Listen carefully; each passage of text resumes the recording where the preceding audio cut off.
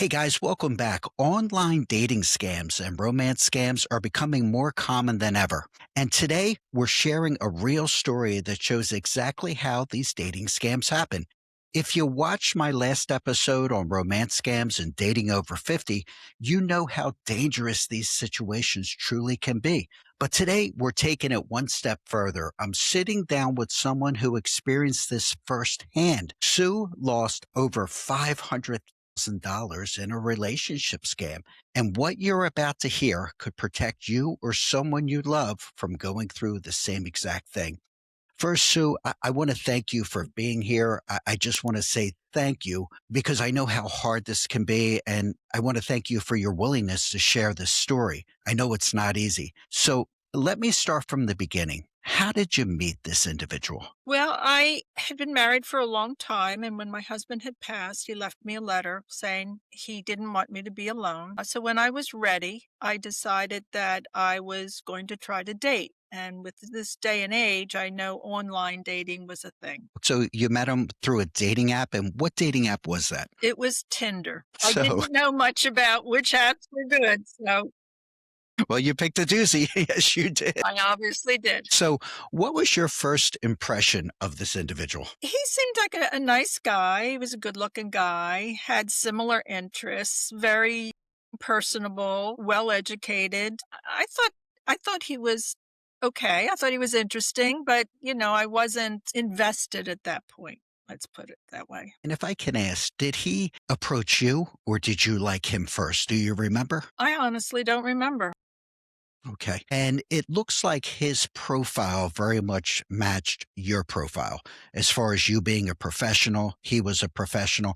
So it seemed like a good fit for you. It did. It did. There were some similarities as far as, like you said, professional, as far as likes, seemed like a wholesome, good guy, family guy.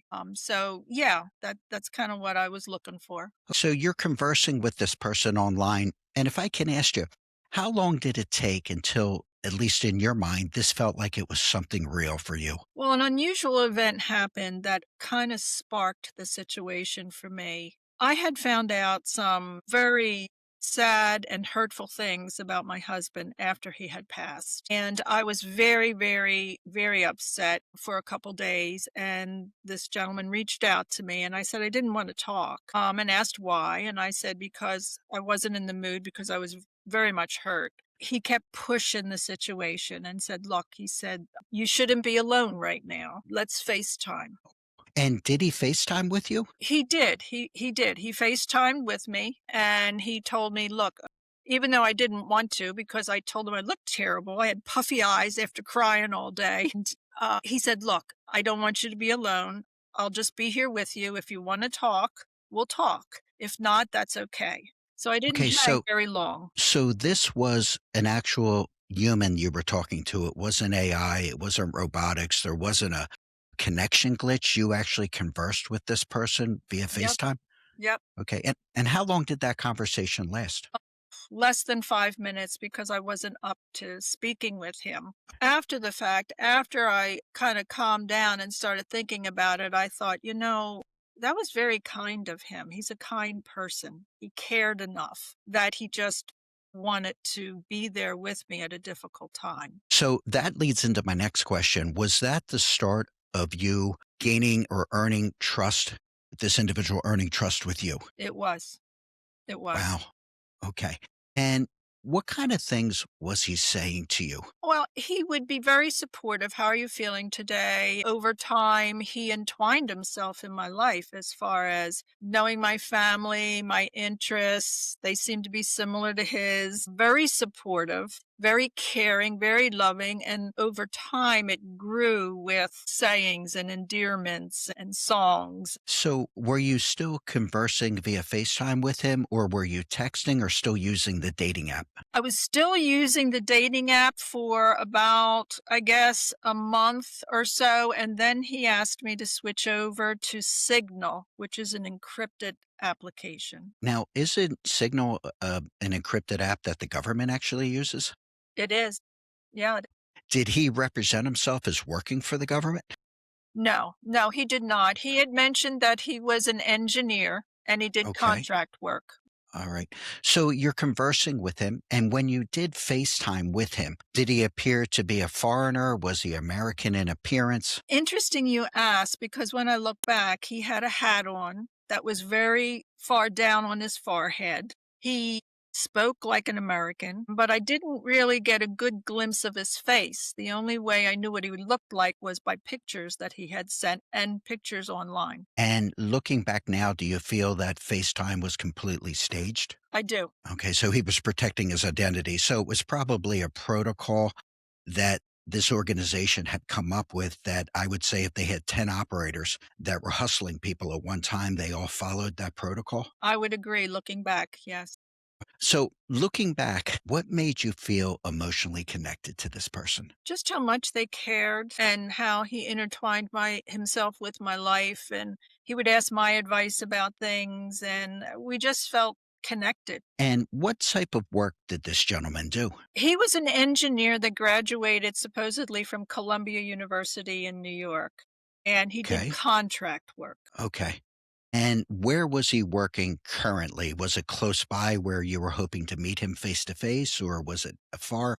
He was actually from New Jersey.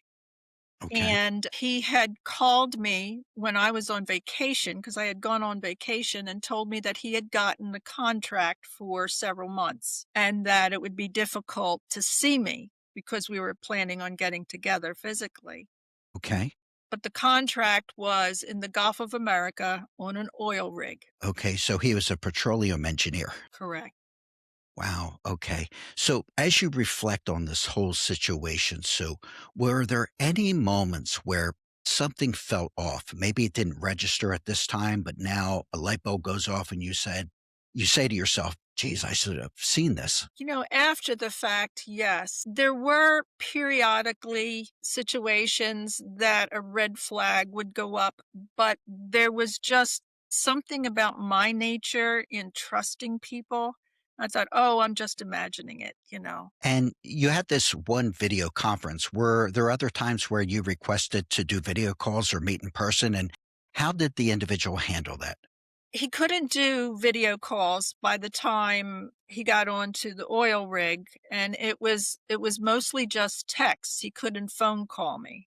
So the rest of the time it was texts. So he basically was telling you he had limited access to the internet because he was out on this rig? Mhm. Correct. And if you don't mind me asking, what was his name? Jason Sanders, and he lived in Delaware, New Jersey. Okay. All right. Very, very good. Is there actually a Delaware, New Jersey?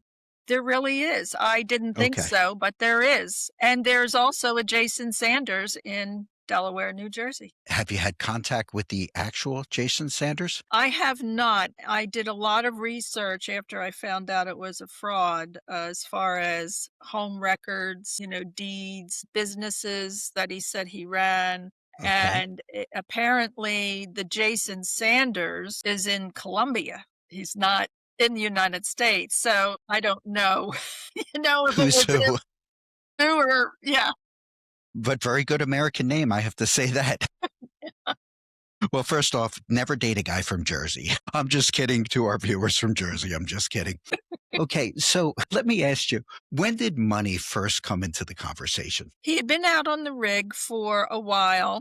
He was shoring up this rig from a hurricane, and it was his job to make sure it was steady and stable, and he needed additional equipment. He called me frantically. Actually, no, he texted me frantically, excuse me, and said that he couldn't get into his offshore account to order this equipment, and he would be Okay. stuck out there on the project until he could get this equipment, and could I help him by sending money? Okay, so let me ask you, this gentleman owned his company. He wasn't working for an employer. He did own his company? Yes, well, he was employed, but he did contract work, and he picked up a contract job through another company. Okay, all right. And he was out on this rig resecuring it from hurricane damage? Correct. Wow.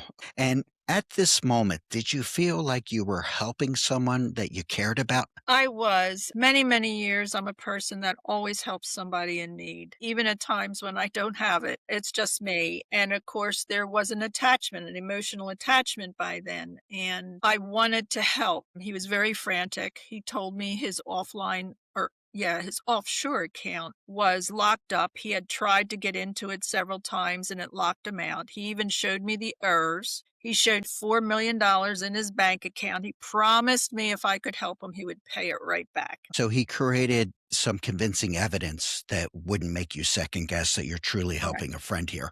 And how much did he ask for upon the first request for money? It was $15,000 for equipment. And how was that money delivered to this individual? I had to wire to a company that orders the equipment and then ships it to the oil rig. So I did to that company in the States. Was there any Bitcoin involved, cryptocurrency at At that that point? point, no, it was strictly dollars. Now, this happened gradually over time, correct? How long were you conversing with this individual before he asked for cash? Probably about a month and a half, maybe. Entwined himself pretty quick with me. Do you feel, looking back, that he played on your vulnerability of being recently widowed, alone after many years of marriage? I think I was a prime target. Absolutely. And I'm sure you and that has happened to thousands of other people. As we mentioned in our previous podcast episode, the FTC anticipates that this is $1.2 trillion a year that's lost just in the United States on romance scams. Yeah. It's just amazing. It's freaking amazing. It really is. Now, at any point, did you feel like you were in too deep to stop, to pull away, to get out? Kept helping because I kept wanting to help and get him off that rig because it got to be a point where it was very frustrating, upsetting to him. Couldn't get his job done. Even at one point, he halfway through, he needed to pay the fellas that he employed. So I needed to send money to pay them so that they could, or he wouldn't get off the rig. And how much money at this point of our conversation had you lent this gentleman? Probably by then a good $70,000. Okay. And was there any indication in your mind, any red flags that this may have been a scam? Not at that point. No. When did it come to you that the realization that you were being scammed? Well, this is very, very involved. He eventually, I sent the money for the employees. Then he wanted more money to finish the project. I couldn't send it. I said, no, I'm not sending it. Suggested that he go to his bank in Miami and promised the guys that he would send the money. So he did leave the rig, went to Mexico City to go to take his flight to Miami, and he was arrested. Arrested for what? Well, they told him tax evasion. Apparently, when you book a job in Mexico, you have to pay the taxes right away, which I found out was incorrect. And the employees turned him in because they didn't get their money, their last pay. So he beaten up apparently, and I actually got a phone call that I mean, he was crying, hysterical. He was beaten up. He had bruised ribs, bruises on his body, and he didn't even know where he was. He was put in some kind of cell somewhere. They took him way out in the middle of the country somewhere. Wow. And did he need more money from you to post bail at that point? So he tried to talk him out of or talk them into letting him go, and they wouldn't let him go. He was in jail for a good month, and they weren't feeding him, they were feeding him donuts. So Okay. he needed something substantial. So he asked me to start sending Apple cards. So, and also his internet was sporadic. It only came on in the morning and at nighttime. And I was his like life connection. So he wanted to keep in touch with me. So I sent him Wow. Apple cards for food and for the internet. Eventually, I told him, look, you've got to hire an attorney, of which he asked for one, but he needed a retainer. And again, I helped out with the retainer. So, how much money did you have involved with this gentleman at this point that he's imprisoned? Gosh, it was probably over $100,000. And I think you had told me that he actually sent you an article from the newspaper showing him being arrested. Is that true? He did. He did. His picture was on the front page of the newspaper about U.S. citizen was arrested for tax evasion. And I believed it. Wow. I believed it. Wow. So this is a pretty well-oiled organization. This is very much like the mafia abroad. I mean, they had all their bases covered. Unbelievable. Unbelievable. Yeah.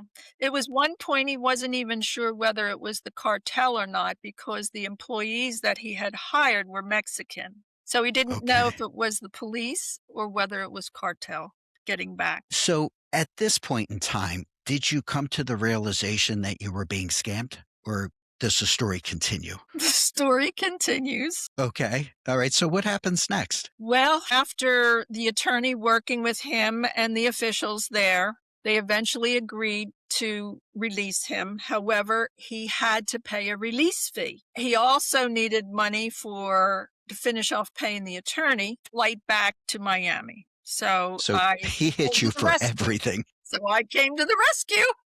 That's so how much money do we have into the scam at this point when he's supposedly flying back to Miami? Probably about 130 Wow. or Wow. $40,000. Yeah. Okay, so now he's out of jail. Things are going well. He's headed to try to unlock his account at the bank in Miami, correct? So That he is can pay you correct. back? Yep. Okay. Yep. What happens next?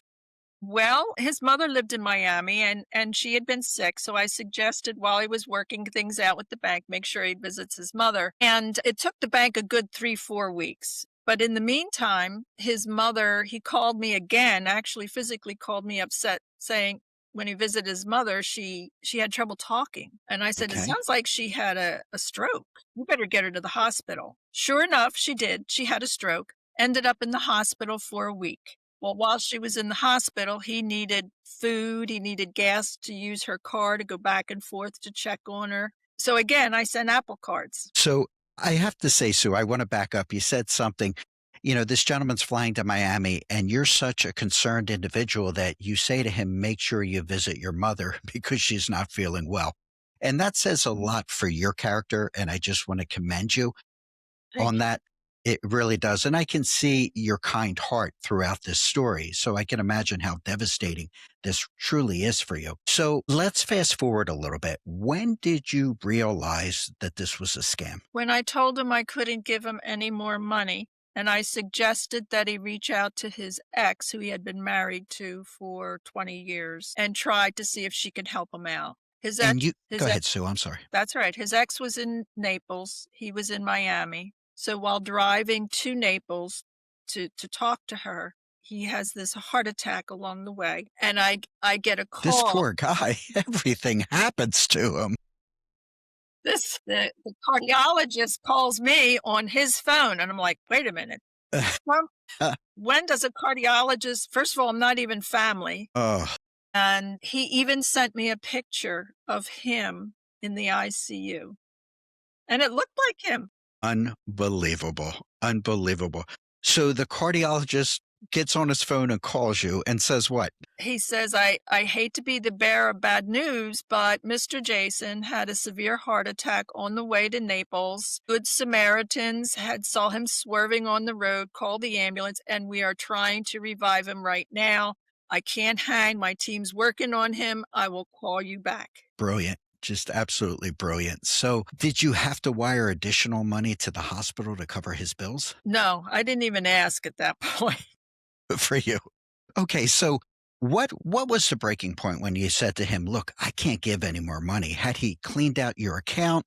I mean, was it a point where you had no resources to pull from at that point, or was it just that you came to the realization enough is enough? I came to the realization enough is enough, and it reached about 180,000 at that point. Okay. And at that point, when does he go silent on you? It's just over. You don't hear a word. Well, I got a call again from the cardiologist saying that he had passed away, and by then I realized the HIPAA law, since I wasn't a relative, Yeah. finally the red light was flashing. Wow, wow. So that was his escape plan. He was going to actually die. He And died. this cardiologist, who's in the organization also, was going to be the one that shared that information. Yep, yep. And would you believe 2 days later, he showed back up on Tinder, same pictures, same profile. Ready to run another scam. Wow, unbelievable. So, how did you feel at that point? I mean, wow, this must have hit you like a ton of bricks. Very angry, but not so much at him, at myself for allowing it to happen and noticing some red flags along the way, but I didn't want to believe them. And what happened at this point? Did you share this information with your family? Did you go to the police? What was going on in your mind?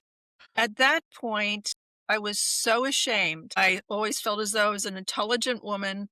I can't let anybody know. I'll just write off the losses. So I didn't tell anyone, the police or my family, but it didn't stop there. Well, that's interesting.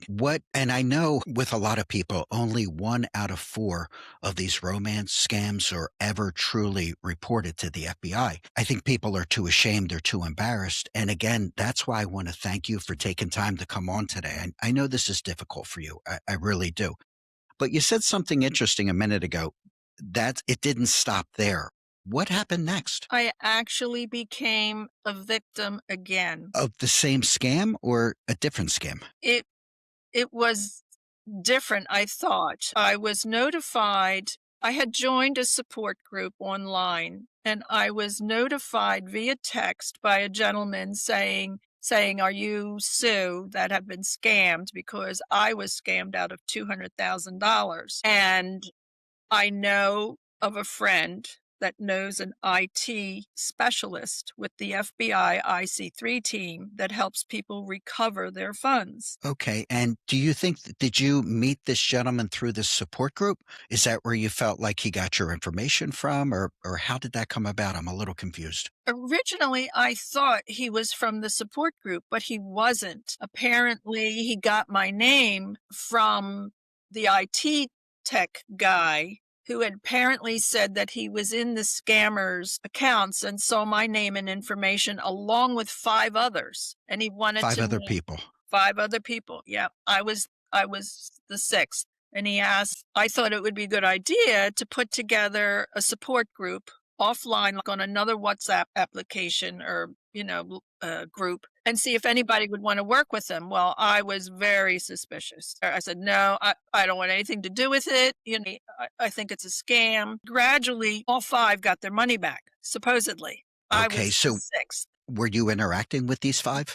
I was. The group, we were seeing every day by day, how their accounts were growing, how they worked it, and they worked it with cryptocurrency, this IT guy. Okay.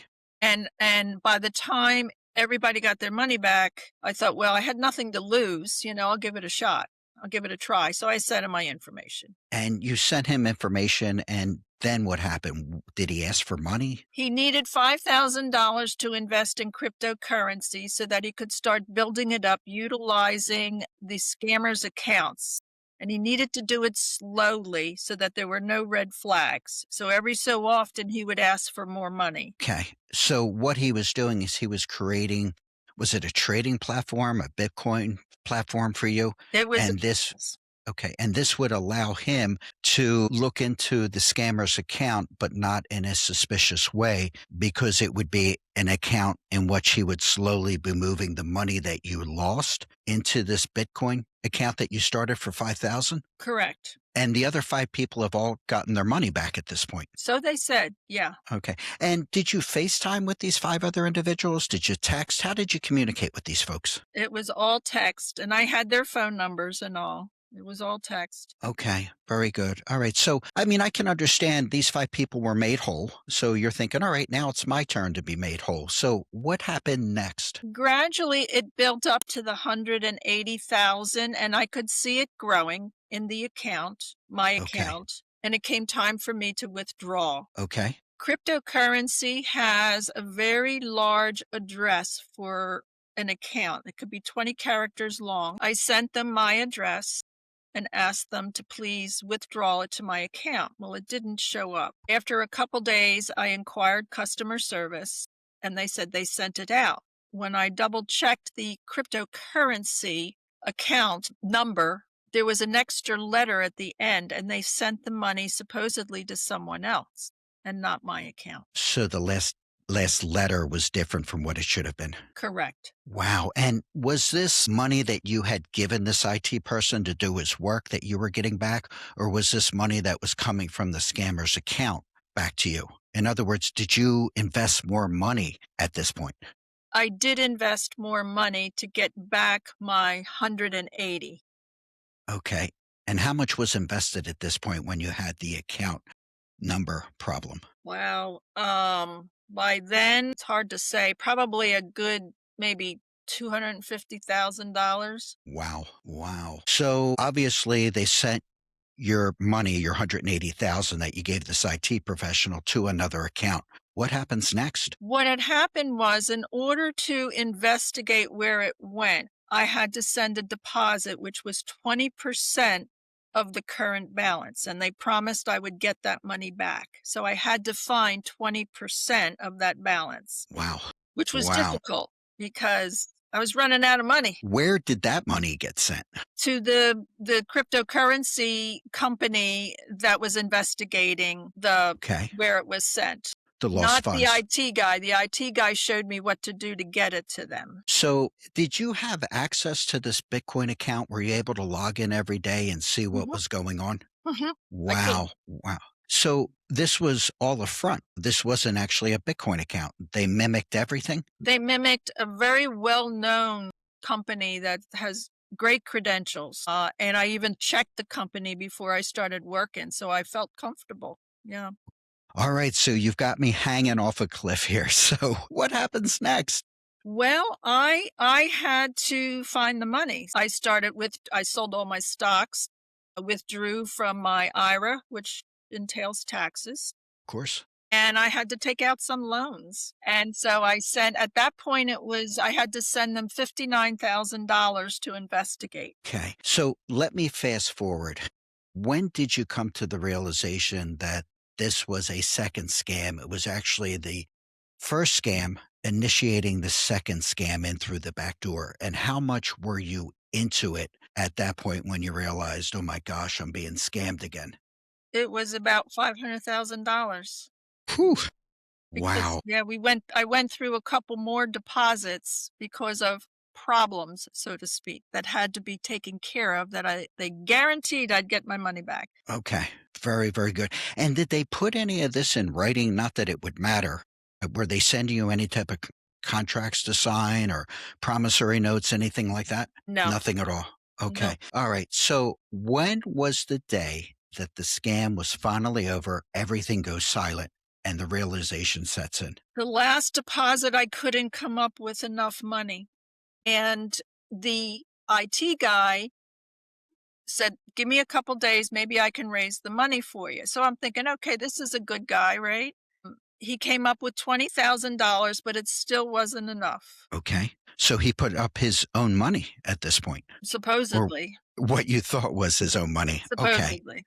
Yeah, And then supposedly. and then what happens? Again, I tried to withdraw. They said no because I didn't have the full deposit. There was also a glitch where there's an exchange where they hold the money kind of like a bank, and apparently it sat there so long that this exchange thought it was lost or stolen. So that also involved a deposit. So when I didn't have any more money, I had to walk away and this guy disappeared. So everything just went quiet on you at that point. Wow. So what was that moment like for you? It was devastating. I had lost my savings, lost just about my future, piece of my heart gone. I was depressed, and I knew I had spent some of my children and grandchildren's inheritance, and I had to tell them. Wow. So you sat your children down. How many children do you have? I have 2 sons, 2 grown sons. Okay. So you sit them down to talk about this and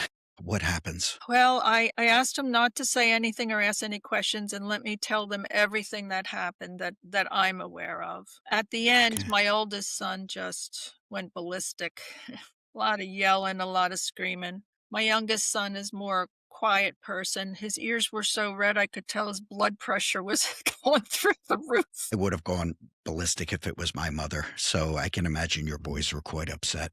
Yeah, the thing I was having anxiety attacks because my boys have always come to me for business discussion, for personal issues, and they always valued my thoughts, my ideas, and I felt as though they're gonna be ashamed of me.